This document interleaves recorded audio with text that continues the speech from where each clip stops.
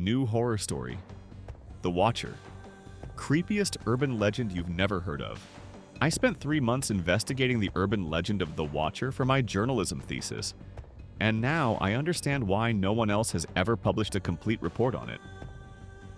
The people who dig too deep don't get to finish writing. It started as a routine assignment. Document a modern urban legend and trace its origins. The Watcher seemed perfect. A recent phenomenon, plenty of online documentation, and a clear digital trail to follow. According to the stories, a grotesque figure appears in the background of photos taken by people who are found dead within 72 hours. Not missing, dead. The legend was everywhere once you started looking. Reddit threads full of people begging others to examine their photos, TikTok videos of teenagers crying as they pointed to dark shapes in their selfies, Facebook groups where members desperately tried to help each other spot the warning signs. The pattern was always the same. Someone posts a picture, users notice a twisted figure in the background, and within 3 days the person is discovered dead under impossible circumstances. I compiled over 200 documented cases spanning the last 2 years.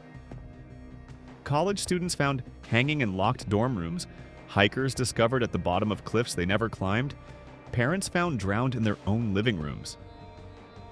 In every case, their final social media post contained the same nightmare.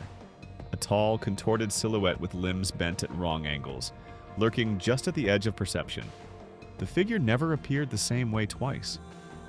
Sometimes it crouched behind trees with its spine twisted backwards.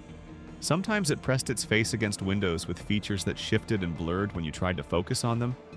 Occasionally it stood in reflections showing rooms that couldn't exist. But it was always there, always watching with eyes that were just holes boring through reality. At first, I assumed it was an elaborate hoax.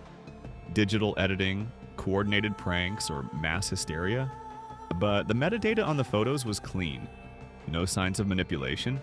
And the terror in the victim's final post was too genuine, too raw to fake. I was alone when I took this, wrote Jennifer Martinez 3 days before they found her body, twisted into a shape human bones can't achieve. There was nobody behind me, but now I can see it and I can't stop seeing it. It's in every reflection, every shadow, every photograph I've ever taken. God help me, I think it's always been there. The photo showed her smiling at a coffee shop, but in the window reflection behind her, something crouched on the ceiling with its neck bent so far backwards that its face looked directly at the camera. Its mouth was open, revealing rows of teeth that spiraled down into darkness. I interviewed family members, friends, anyone connected to the victims. They all described the same final days. The victims became obsessed with checking photos, covering mirrors, avoiding any surface that might show a reflection. They stopped eating, stopped sleeping, just stood at windows staring at nothing while tears ran down their faces. David kept saying it was getting closer, his roommate told me. He'd pull out his phone every few minutes, take a picture of empty rooms, then start sobbing. He wouldn't tell me what he saw, just kept saying, "It knows I can see it now. It knows I know it's there."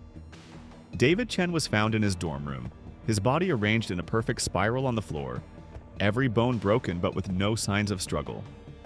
His phone was beside him, still recording.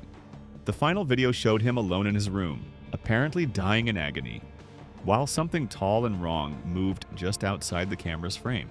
The breakthrough came when I found Thomas Kellaway. Thomas was different from the others. He'd noticed the figure in his photos immediately and had started documenting everything. His social media was filled with increasingly desperate posts about being stalked by something that existed only in images. Something that was learning to cross over. Day 12, read his final Facebook post. It's not just in photos anymore. Started seeing it in my peripheral vision. Caught a glimpse turning a corner yesterday.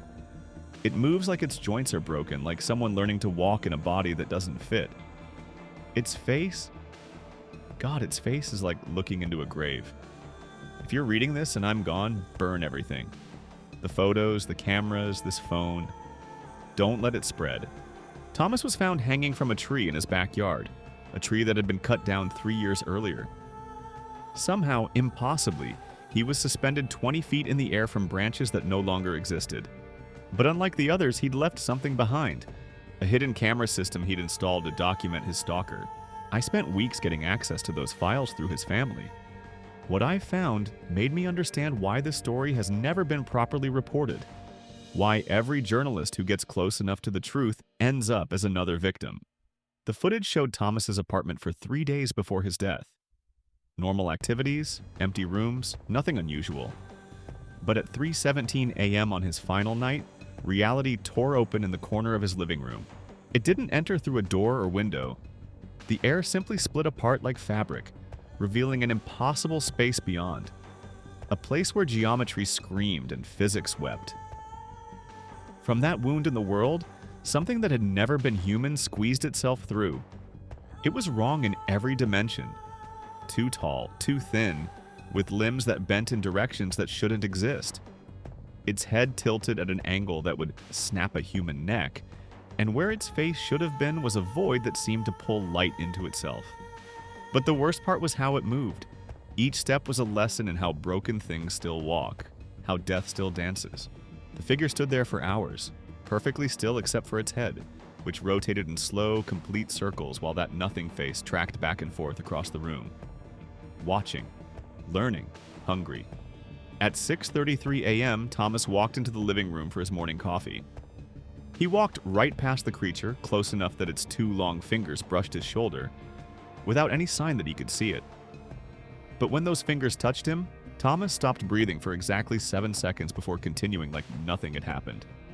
The thing's head snapped to follow his movement, and I swear I could hear something like laughter coming from that facial void, even though the recording had no audio. Thomas went about his normal routine. Shower, breakfast, checking his phone, all while being observed by something that shouldn't exist in our dimension. At 8:45 a.m., Thomas grabbed his keys and headed for the door. The creature flowed after him like liquid shadow, but just before it reached the doorway, it stopped and turned to look directly at the camera. For 30 seconds, it stared into the lens with that absent face, and I felt something stare back at me through the screen. Then it raised one impossibly long finger and pressed it against where its lips should have been in a gesture of silence. The recording ended. I realized my mistake when I started finding it in my own photos. It appeared first as a smudge in the background of a selfie I'd taken at the library. Just a dark blur that could have been anything. But when I enhanced the image, I could see it crouched in the shadows between the bookshelves, its spine bent backwards at a right angle, watching me through the camera with that hungry void of a face. That was 3 days ago. Now it's in every picture I take, getting closer each time. In my apartment windows, reflected in my laptop screen, standing behind me in mirrors I swore were empty. Yesterday, I caught a glimpse of it in my peripheral vision. A tall, wrong shape sliding around a corner just as I turned my head. I can feel it watching me as I write this. I know that when I post this story, within 72 hours, someone will find my body arranged in ways that human anatomy doesn't allow. But maybe if I'm lucky, this warning will save someone else from making my mistake. Don't look for it in your photos. Don't enhance the shadows. Don't try to see what's always been there, waiting in the spaces between pixels. Because once you see it, it sees you back. And it never stops watching.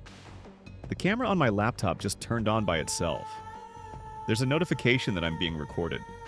I'm not the one recording. Thank you for listening. If you really like the story, please don't forget to hit the like button and subscribe for more daily horror stories. Thanks.